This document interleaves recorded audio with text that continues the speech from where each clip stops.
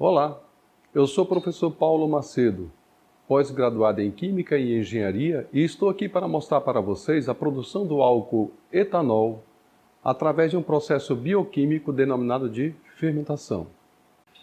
A fermentação alcoólica é um processo anaeróbico através do qual açúcares como glicose, frutose, sacarose e maltose são convertidos através das leveduras ou do fermento biológico em álcool, CO2 e energia na forma de calor.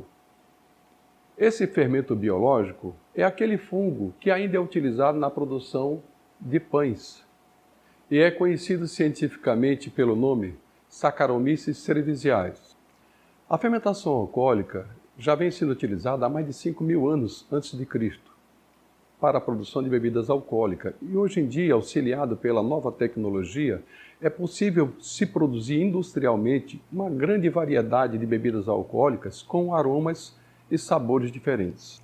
Por exemplo, o suco de uva, quando fermentado, dá origem à bebida destilada conhecida pelo nome de conhaque. O arroz, quando fermentado, produz uma cachaça conhecida pelo nome de saquê, que é uma bebida de origem chinesa e japonesa. Grãos como cevada, centeio, trigo e milho, quando triturados e fermentados, produzem uma bebida conhecida como cerveja. Esta, quando destilada, produz uma bebida conhecida como uísque. Aqui no Brasil nós temos a nossa famosa cachaça, que é produzida através do caldo de cana fermentado. A cachaça também pode ser produzida através de raízes tipo mandioca, beterraba e outras que têm grande quantidade de açúcar. Mas, por uma questão econômica, nós utilizamos a cana-de-açúcar. Para produzir o álcool é necessário que o caldo de cana seja rico em açúcar. E para isso, o fermentador ou o técnico que vai fazer isso deve medir a quantidade de açúcar disponível no caldo de cana. Essa quantidade, então, é medida através desse aparelhinho conhecido como refratômetro. Inclusive, no campo, os técnicos podem utilizá-lo para medir a maturidade da cana, saber se ela está no ponto de corte ou não. No laboratório, se utiliza o sacarímetro, que é este equipamento que é utilizado submergindo ele no caldo, e aí então o técnico deixa ele parar e verificar o Brix. O que é o Brix? O Brix é a quantidade de sólidos solúveis dissolvidos no caldo de cana, que na prática admite-se que é igual à quantidade de açúcar que pode ser transformado em álcool. Assim, então, eu tenho aqui o caldo de cana em condições assépticas, que foi devidamente preparado para receber o fermento biológico, que é este que está aqui.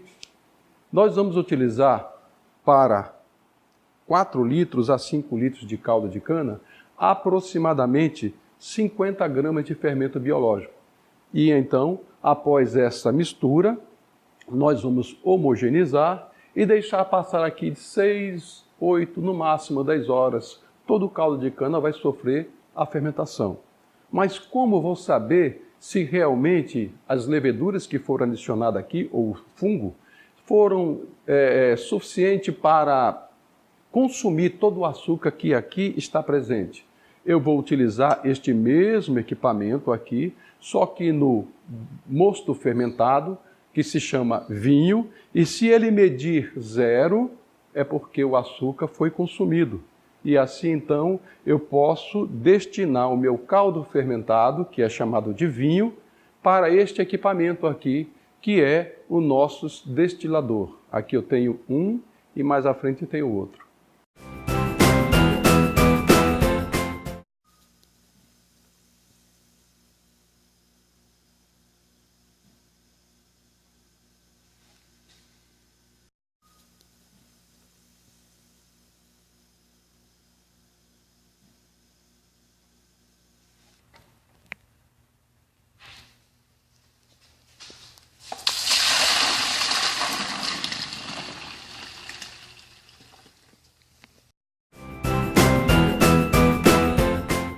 Ok, pessoal, então terminou a fermentação.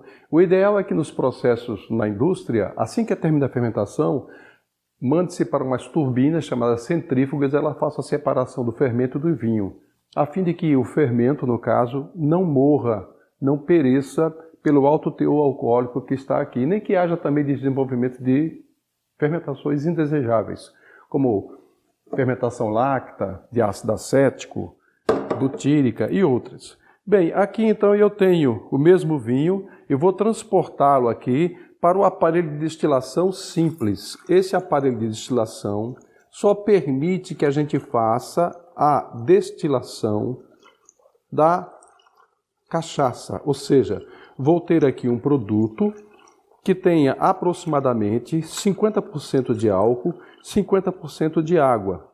Se porventura eu desejar fazer a purificação deste álcool para obter então um grau alcoólico mais elevado, é necessário que eu traga este produto destilado que vai ser recolhido aqui, que é a nossa cachaça.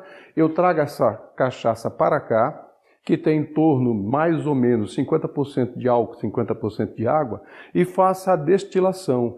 Por quê? Porque então essa cachaça, vamos falar assim, essa mistura de álcool e água, vai começar então a subir gradativamente, e quando chegar aqui encontra esses anéis, e esses anéis são responsáveis pela destilação fracionada, ou seja, o líquido de ponto de ebulição mais alto, no caso a água, que tem ponto de ebulição 100, ele vai começar a condensar com mais intensidade e voltar para o processo. O álcool, que tem ponto de ebulição 78,34, 37, ele vai conseguir vencer essa barreira e vai sair para aqui. Isso quer dizer então que eu vou ter um álcool mais puro que vai ser coletado nesse Elemaia. Todavia, vale a pena ressalvar que este álcool que está sendo destilado aqui, o maior índice de pureza que é possível conseguir com ele é 95,5% de álcool e 4,5% de água. Por quê? Porque o álcool e a água formam uma mistura que se comporta como uma substância pura. Isto é, eles apresentam ponto de ebulição constante na separação. Essa mistura é conhecida cientificamente por mistura azeotrópica. Para que eu possa obter um álcool mais puro, é necessário então que nesse destilado, que é o álcool 95,5%, eu adicione uma substância química, no caso, por exemplo, um sequestrante da água, ou seja, o CaO, óxido de cálcio. Ele vai secar, então vai roubar essa água, porque vai precipitar o hidróxido de cálcio. E eu posso então depois fazer a sua destilação e terei um álcool próximo de 100%. Observe que o vinho então começou a ferver. Os vapores alcoólicos, então, são desprendidos do vinho, vêm para cá para a saída lateral do balão de destilação. Observe que a temperatura aqui está em 85 graus mais ou menos. E